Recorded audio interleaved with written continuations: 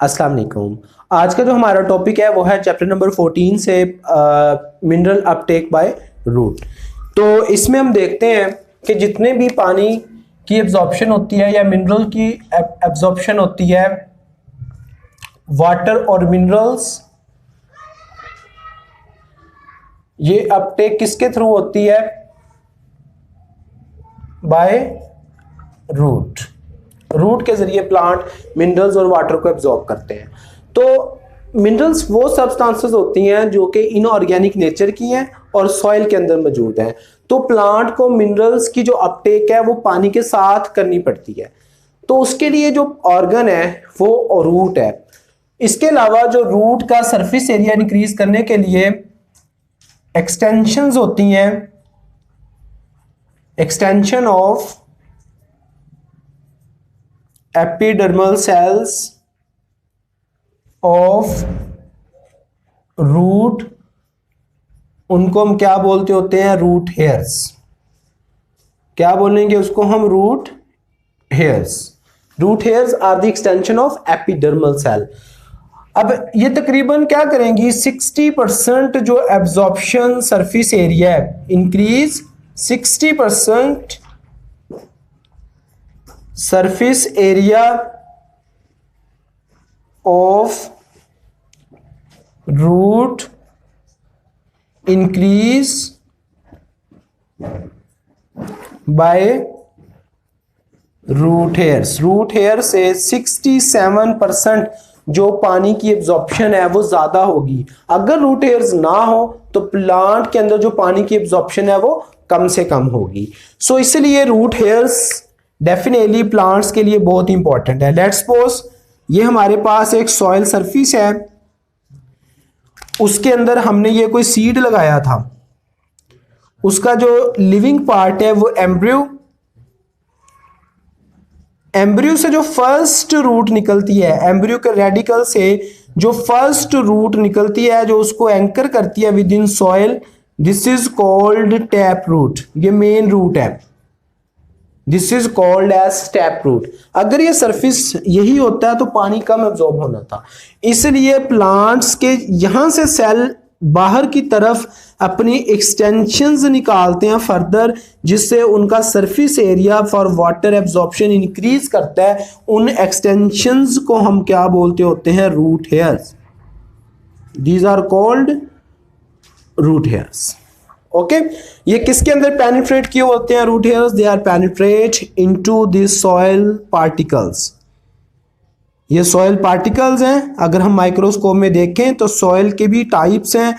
ये सॉइल के अंदर पेनिट्रेट किए होते हैं और वहां से पानी और मिनरल्स को एब्जॉर्ब करके जो मेन रूट है वहां तक पहुंचता है, और मेन रूट से फिर ऑनवर्ड जो प्लांट के अपर पार्ट्स हैं जिनमें लीव्स और स्टेम वगैरह, वहां तक पानी पहुंचना शुरू हो जाता है। सो हम ये देखेंगे कि रूट की इंटरनल जो स्ट्रक्चर है वो किस तरह है, उसके अंदर फिर पानी जाइलम के अंदर किस तरह पहुंचता है ताकि वो अपर पार्ट्स में डिस्ट्रीब्यूट किया जा सके। हमारा टॉपिक ये होगा। उसमें कौन कौन से पाथवे हैं उनको हम डिस्कस करेंगे। सो उन तमाम चीजों को अंडरस्टैंड करने के लिए first of all we have to understand about the internal structure of roots. हमें रूट की इंटरनल स्ट्रक्चर को देखना पड़ेगा। अब इसके अंदर अगर हम रूट की इंटरनल स्ट्रक्चर को देखें अंडर माइक्रोस्कोप तो उसमें क्या होता है? सबसे पहले एपिडर्मल सेल्स, ये उनकी एक्सटेंशंस, उन्हीं की सेल मेम्ब्रेन में पानी जब इंक्रीज करता है बाहर की तरफ एक्सटेंड होता है तो क्या बन जाते हैं? Root hairs. These are extension of epidermal cell. ये एपिडर्मल सेल्स हैं, ठीक है। दीज आर एपिडर्मल सेल्स, ये एपिडर्मल सेल्स हैं, ठीक है। उनसे रूट हेयर्स निकले और रूट हेयर्स किसके अंदर पेनिट्रेट किए हुए हैं? Within this soil particles. ये soil particles, these are soil particles जिनके अंदर रूट पेनिट्रेट की हुई है। ओके लेबल हम बाद में करते हैं, ये वाला पार्ट मैं इंटरनली माइक्रोस्कोप में दिखा रहा हूं। रूट हेयर्स, एपिडर्मल सेल्स, उसके सेकंड पार्ट के अंदर 2 से 3 लेयर होती हैं कॉर्टेक्स की। These are the modified form of parenchyma cells, जिनको हम क्या बोलते होते हैं, cortex. This is second part, जिसको हम क्या बोलेंगे, कॉर्टिकल सेल्स और कॉर्टेक्स। ये कॉर्टेक्स है और इनके अंदर ये जो रेड शो कर रहा हूं, दिस इज वैक्यूल, क्योंकि वैक्यूल सेंटर में होता है। सो उसको अंडरस्टैंड करने के लिए, क्योंकि हमने पाथवे को डिस्कस करना है, सो इसको मैं किससे रिप्रेजेंट कर रहा हूं, रेड लाइन से, ताकि यू हैव टू अंडरस्टैंड कि actually this is the vacuole, ये वैक्यूल है।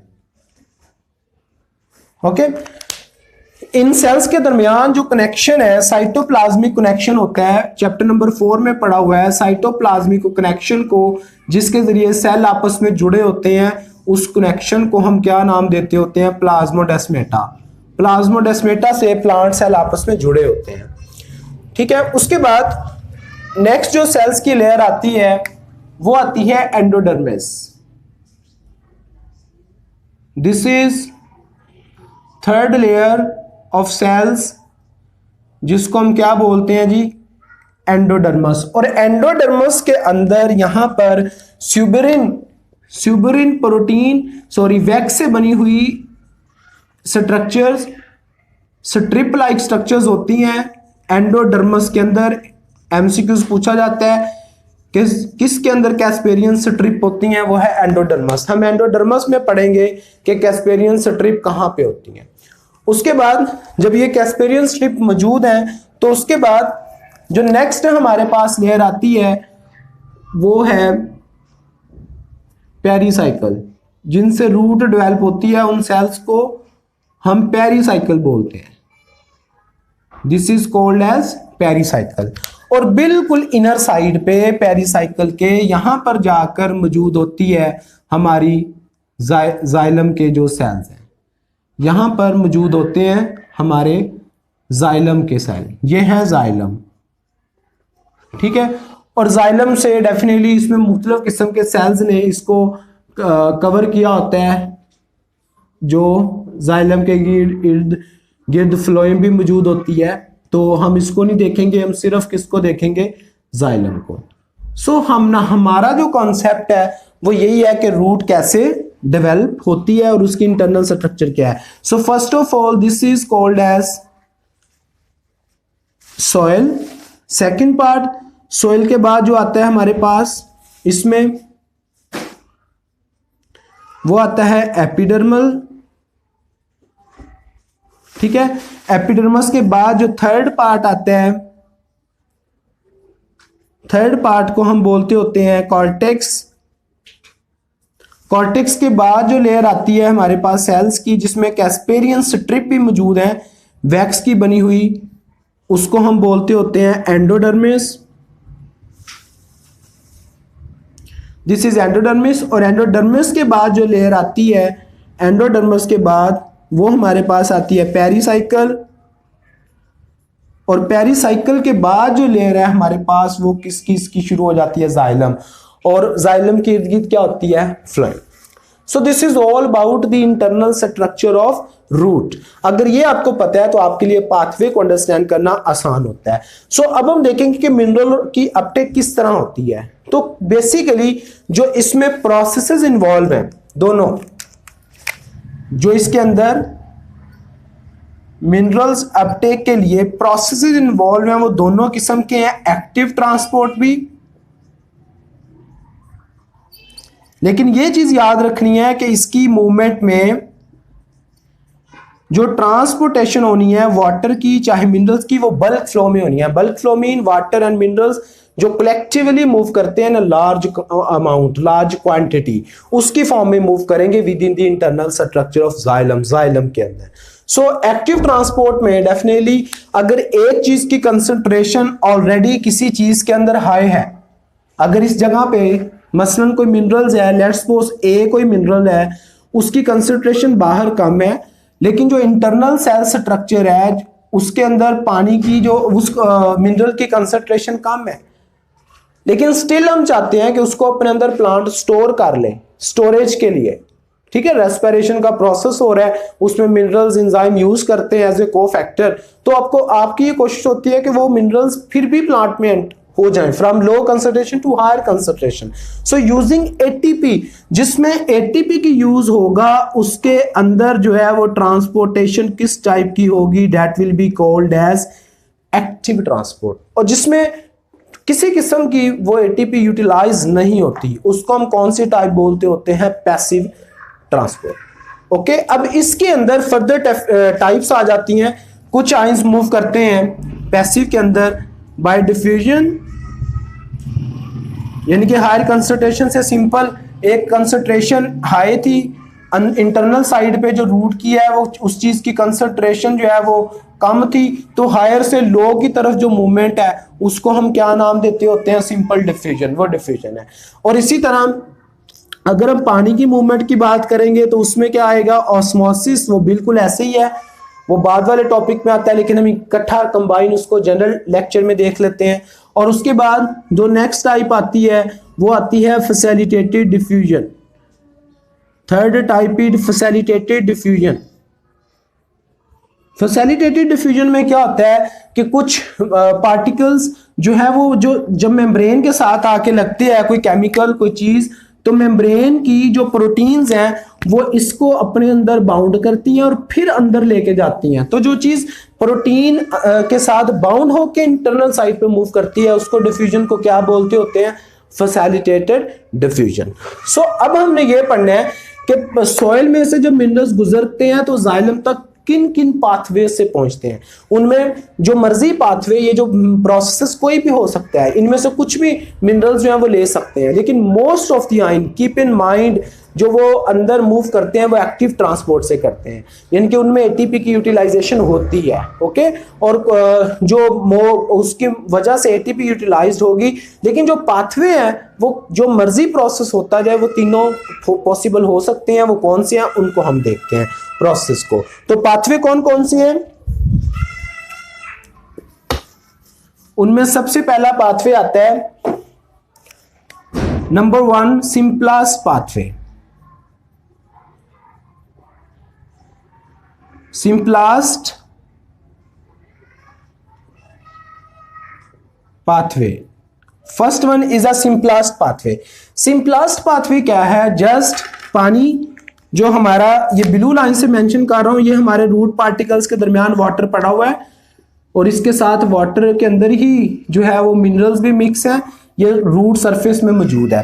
तो अब इसमें से जब वाटर ने मूव करना है इनर साइड से रूट हेयर्स में, रूट हेयर से गुजर के वो मूव कर रहा है एपिडर्मस, थ्रो साइटोप्लाज्म भी मूव कर रहा है कॉर्टेक्स में से और डायरेक्टली जाता है इनटू द इनर सेल और फिर वो मूव कर जाता है इनटू योर जाइलम। इस पाथवे को जिसमें पानी जो है वो cytoplasm to cytoplasm, plasmodesmata to plasmodesmata continuously move करता हुआ जो है वो पहुंच जाता है इनटू द जाइलम, उस पाथवे को हम बोलते होते हैं सिंपलेस्ट पाथवे। इसका जो कीवर्ड है वो है प्लाज्मोडेस्माटा। प्लाज्मोडेस्माटा के थ्रू यहां पर वाटर हमारा पहुंचेगा कहां तक, इनटू द जाइलम। ये फर्स्ट पाथवे है। सेकंड पाथवे जो आते हैं वो है अपोप्लास्ट पाथवे।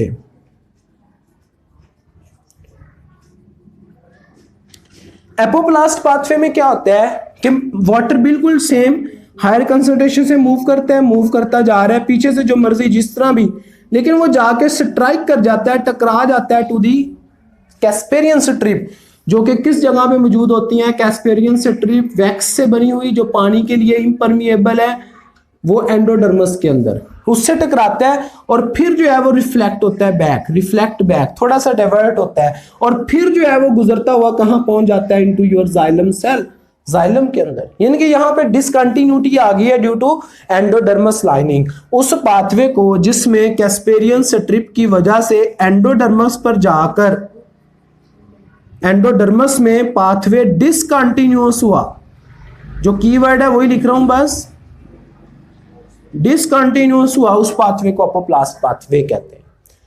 इसी तरह जो तीसरा पाथवे है वो है वैक्यूलर पाथवे। वैक्यूलर नाम से ही पता लग रहा है, अगर वाटर एब्जॉर्ब होता है रूट हेयर्स में और वो मूव करता है वैक्यूल्स इनटू एंडोडर्मस, फिर साइटोप्लाज्म में वैक्यूल, फिर बाहर वैक्यूल, फिर अगले सेल के वैक्यूल में से, फिर इनके वैक्यूल में से, फिर अगले सेल्स के, और फिर जाइलम तक पहुंचता है। जिसमें वैक्यूल टू वैक्यूल मूवमेंट होती है उस पाथवे को हम क्या नाम देते होते हैं, वैक्यूलर पाथवे। इसमें वैक्यूलर मूवमेंट है मिनरल और आयंस की। This are the three kinds of movement in case of plant, जिसके जरिए water and minerals and xylem तक पहुंचते हैं। जाइलम में पहुंचने के बाद हम ये देखते हैं कि जाइलम से पानी ऊपर किस तरह जाता है। उसकी हमने एक थ्योरी कोहेजन टेंशन थ्योरी जो है वो डिस्कस कर ली हुई है। उसके बाद जो दो थ्योरीज हैं कि पानी ऊपर किस तरह जाता है, रूट प्रेशर, इम्बाइबेशन, वो हम इंशाल्लाह नेक्स्ट लेक्चर में डिस्कस करेंगे। अल्लाह हाफिज।